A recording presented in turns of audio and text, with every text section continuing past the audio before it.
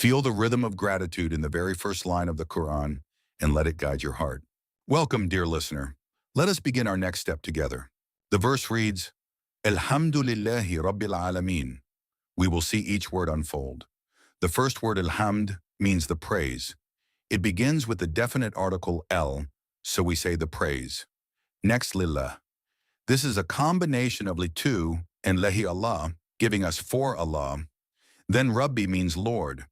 Again, we have the definite article, so the Lord. Finally, al-alamina means the worlds. The verb is to be, but here it is used as a noun. The worlds, putting them together. All praise is for Allah, Lord of the worlds. Listen as it flows. Alhamdulillahi Rabbil Alamina. This is the first breath of the Quran, a warm invitation to thank and acknowledge Him. Let us hear similar phrases elsewhere. In Surah Al-Baqarah, verse 286, it says, Bismillahir Rahmanir Raḥīm. The word lillah shows up again with the same pattern. In Surah An-Nisa, verse 1, we have Alhamdulillah, again, the praise for Allah. In Surah Al-Imran, verse 1, the opening says, Alhamdulillahi Rabbi kulli dunya. And in Surah At-Tawq, verse 2, it says lillah. The prefix el keeps the same sense of to for Allah. Notice how the definite article and the preposition al combine to focus the praise on Allah alone.